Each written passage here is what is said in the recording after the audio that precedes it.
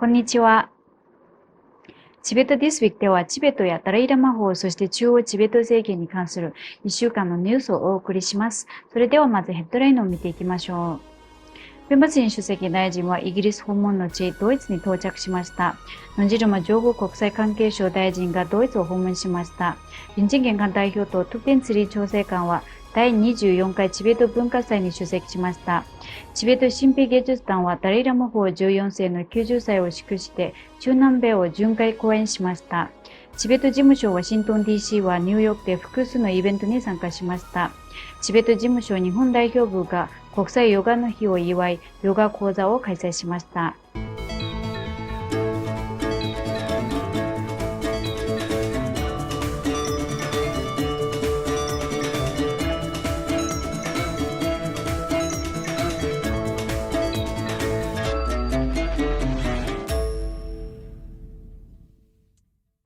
チベット政権のペムセン主席大臣はイギリスでの公式日程を終えた後、今週火曜日よりドイツでの会談及び活動を開始しました。主席大臣は長年にわたりチベット支援を続けてきたドイツ連邦議会議員のマイケル・ブランド氏と会談したほか、ドイツ外務省の高官らと面会し、チベットの声を国際社会でさらに拡大することを目指し、一連のメディアインタビューにも応じました。先週土曜日にロンドンに到着した主席大臣は、イギリス議会の超党派チベット議員連盟と協議し、チベットに対する新たな国際法上の支持に、イギリスがより強く連携するよう働きかけました。また、ダライラマ法がご自身の転生に関して唯一の権威であると公式に認める声明の支持をイギリス政府に提唱しました。さらに、ロンドンスクールオブエコノミクスにおいて、チベット人青年グループとの交流を行い、ロンドンチベット語文化学校の年次祭典にも出席しました。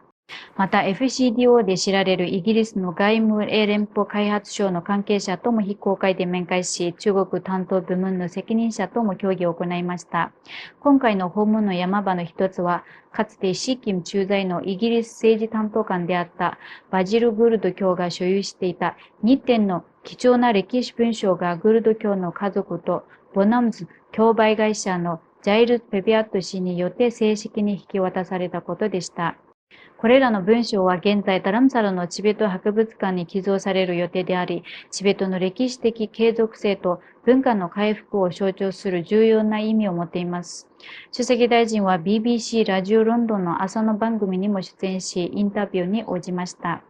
今週中央チベット政権情報国際関係省のヌジルマ大臣は、ドイツ・ハンブルクで開催された第11回インディアウィークの記念行事の一環として、ハンブルク市議会議長、駐インドドイツ大使をはじめとする多くの要人と面会しました。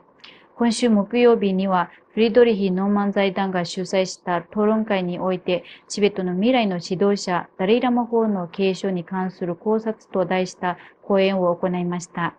また、ヌジルマ大臣は他の南アジア代表団とともにテオドル・シュテルサ・カゼルネ軍事基地でマイケル・スカメル司令官大佐及びフランク・ドイツ海軍総長と軍事外交交流を行いました。さらに、スレーシュビヒ・ホルシュタイン州議会では、連邦制度における州議会の役割について包括的なブリーフィングを受け、キールのシュレスビヒ・ホルシュタイン商工会議場では、商工会議場の運営枠組みについて説明を受けました。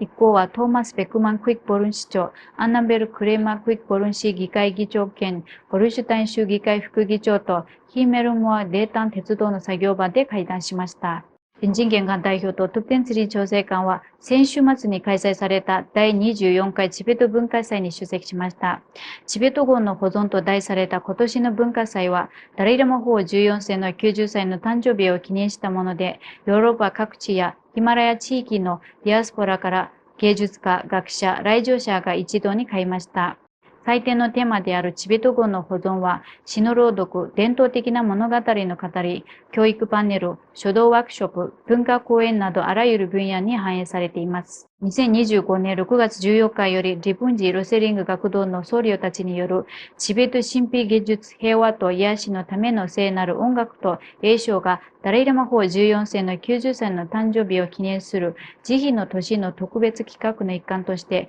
中南米を巡回しています。この巡回公演は単なる文化的な紹介にとどまらず、平和、思いやり、そして内面の変容という深いメッセージを携え、チベットの普遍的な価値観を中南米各地の多様な人々と分かち合うことを目的としています。ツアーはブラジル国内13都市をはじめ、アルゼンチン、チリ、コロンビア、コスタリカ、メキシコの6カ国にわたって行っています。僧侶たちは13点の精巧な砂マンダラを制作し、チベット仏教哲学に関する公開説法を行い、ダライラマ法のデプン総院での主な理念と取り組みを広めています。チベット事務所ワシントン DC のクンガテ氏チベット連絡官はニューヨークで複数のイベントに出席しました。クンガ氏はロッセル健全林チベット号終末講座の第29回設立記念式典、ダナン財団文化学校の第4回年次集会、そしてダライラマ法14世の来たる90歳の誕生日を祝う特別晩餐会に参加しました。先週土曜日、ダライラマ法日本代表部事務所は国際ヨガの日を記念して、カリフォルニアのゲシンインスティテュートのゲシチャプルリンポーチを講師に迎え、東京からオンラインでヨガセッションを開催しました。アリアス・ワンギャボ代表は、歓迎の挨拶でヨガの重要性、特にチベットヨガが心身の健康にもたらす効果について簡潔に述べました。これで今週のニュースは以上です。チベットテレビをご覧いただきありがとうございます。